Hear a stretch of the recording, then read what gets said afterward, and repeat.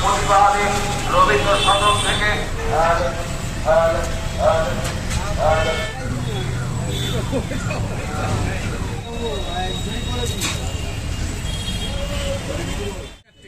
তো বন্ধুরা, এই বিকেলবেলায় রাস্তায় যেতে যেতে হঠাৎ দেখলাম বেশ গরম তেলেতে গরম গরম লুচি ভাজছে।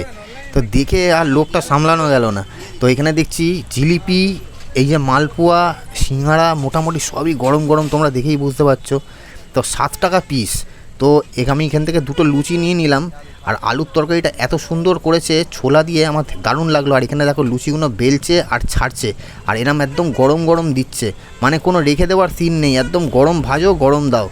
আমার এত সুন্দর লাগলো, আমি 1 প্লেট নিয়ে নিলাম, নিয়ে এখানে বসে বসে একটুখানি পেট ভোজন করলাম।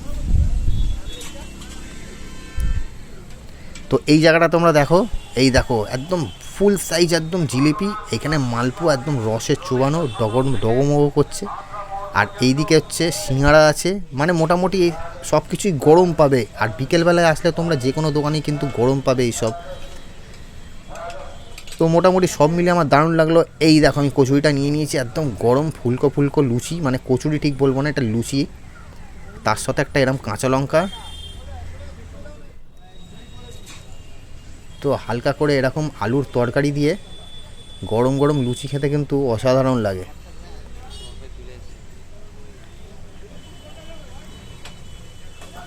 আহা হা হা হা, উফ, মানে একটা আলাদা অনুভব।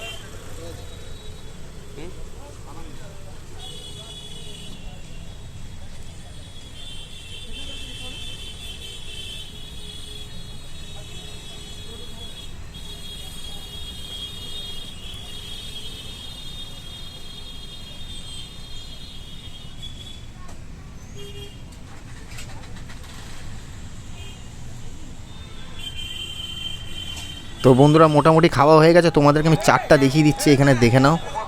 সব কিছুই মোটামুটি পাবে, মানে নাস্তা বা তুমি টিফিন ব্রেকফাস্ট যাই বলো, ওইসবের জন্য একদম সুন্দর একটা দোকান হাজরামো।